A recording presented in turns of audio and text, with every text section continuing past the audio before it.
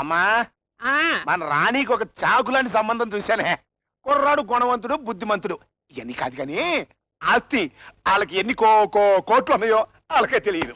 మరి నువ్వు కూడా అన్నావనుకో లగ్గం పెట్టించా. ఒరేయ్ కోటిగా నీకు డబ్బు ఉంటే చాలరా.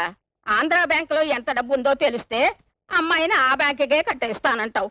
మరి దాని ఇష్టం ఏమిటో తెలుసుకోవద్దంట్రా. ఏంటి దాని ఇష్టం తెలుసుకునేది? అది నా కూతురు. మేడం ఉంచమంటే ఉంచాలి, తాళి కట్టించుకోమంటే కట్టించుకోవాలి. మరి వాడితో కాపురం చేసేది అదే నువ్వా? అది ఓకే. ఏదో పెద్దదాని కదా మొక్క చెవులు వేసుకుందాం అనుకుంటే ఓ మీటింగ్లు ఇస్తున్నావే. అది కాదురా కోటిగా, పెద్దదాన్ని నేను చెబుతున్నాను. నా మాట విని దాన్ని కూడా కనుక్కోరా. ఏంటి దాన్ని నిన్ను కనుక్కునేది? నాన్న ఏంటన్నా? మరి అమెరికా నుంచి వచ్చారే, అవును, ఆయన్ని ప్రేమించానని, ఏంటి నువ్వు చెప్పేది? పెళ్లి కూడా చేసుకుంటానని విన్నావంటే అక్క నీతో చెప్పమంది. నీ నోట్లో గుప్పుడు పంచదార కొట్ట. ఇంత శుభవార్త లేటుగా చెప్తావంటే నా పెద్దడా చాలా చెప్పేది నిజమేనా? సిగ్గుపడుతుంది. మరి ఇంకెందుకు ఆలస్యం?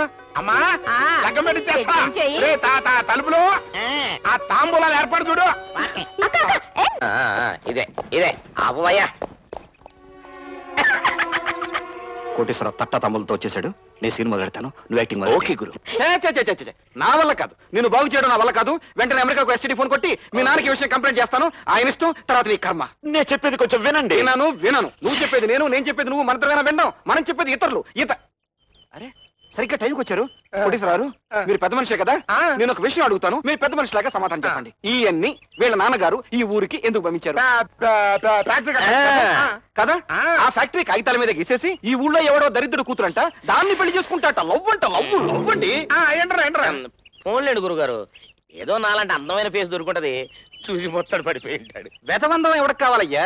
అసలు పిల్లెవరు, కులం ఏమిటి, గోత్రం ఏమిటి, తండ్రి ఎవరు, అతని బ్యాక్గ్రౌండ్ ఏంటి, ఫ్రంట్ గ్రౌండ్ ఏంటి, ఇవన్నీ కావాలి కదా. అబే అయ్యేం అక్కర్లేదండి. నువ్వేం పెద్ద మనిషి అయ్యా. ఒకవేళ మీ అమ్మాయి ఏ బస్ స్టాండ్ లో ఏ మూటలు మోసేవాడినో ప్రేమించింది అనుకో, ఒప్పుకుంటావా? చావరకొండ, మా అమ్మాయిదేమి ఈ లెవెల్ కాదు, కోటీశ్వరుల లెవెల్.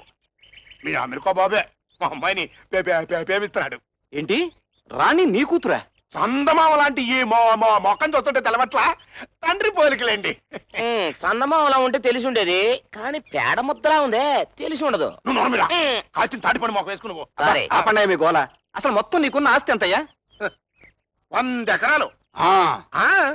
అమెరికాలో వాళ్ళ నాన్నగారి బాత్రూమ్ పొడవెంతో తెలుసా? ఎంత ఉంటది? 150 ఎకరాలు. వెళ్ళి నీ బాత్రూమ్ లెవెల్ కల్లు నువ్వు చూసుకో. మరి నేను రాని జీవితాంతం ట్రంకు పెట్టే తలగడ దిండ్లు అంటి పెట్టుకుంటామని మాటిచ్చుకున్నామే. ఇక నా వల్ల కాదు. వెంటనే మీ నాన్నగారికి ఫోన్ చేసి విషయం చెప్పేస్తానంతే. సార్ ఈ విషయం మా నాన్నగారికి తెలిస్తే నన్ను AK-47 గన్తో కాల్ చేస్తారు. నేను చెప్పకపోతే AK-58 పెట్టి నన్ను కాల్ చేస్తాడయ్యా. ఎలాగైనా మీరే మేనేజ్ చేయాలి. మీ నాన్నగారు లేకుండా పెళ్లి చేస్తే ఎలాగా? అంతే ఉందండి. మనం చేసేది మంచి పని అయినప్పుడు చెప్పకపోయినా పర్వాలేదు. చూడండి, ఏ గుళ్ళోకో తీసుకెళ్లి పవిత్రంగా తాళి కట్టించేస్తాం. ఆ తర్వాత నేనే స్వయంగా వెళ్ళి వాళ్ళ నాన్నగారి కాళ్ళ మీద పడి క్షమాపణ కోరుకుంటాను. సరేనా? సరే. పెళ్ళైన తర్వాత ఏం జరిగినా బాధ్యత మాత్రం నీదేనయ్యా. పట్టుకోండి. శతమానం భవతి శతాయు పురుష శతేంద్రియాయుష్ేంద్రియే ప్రతిష్టతి.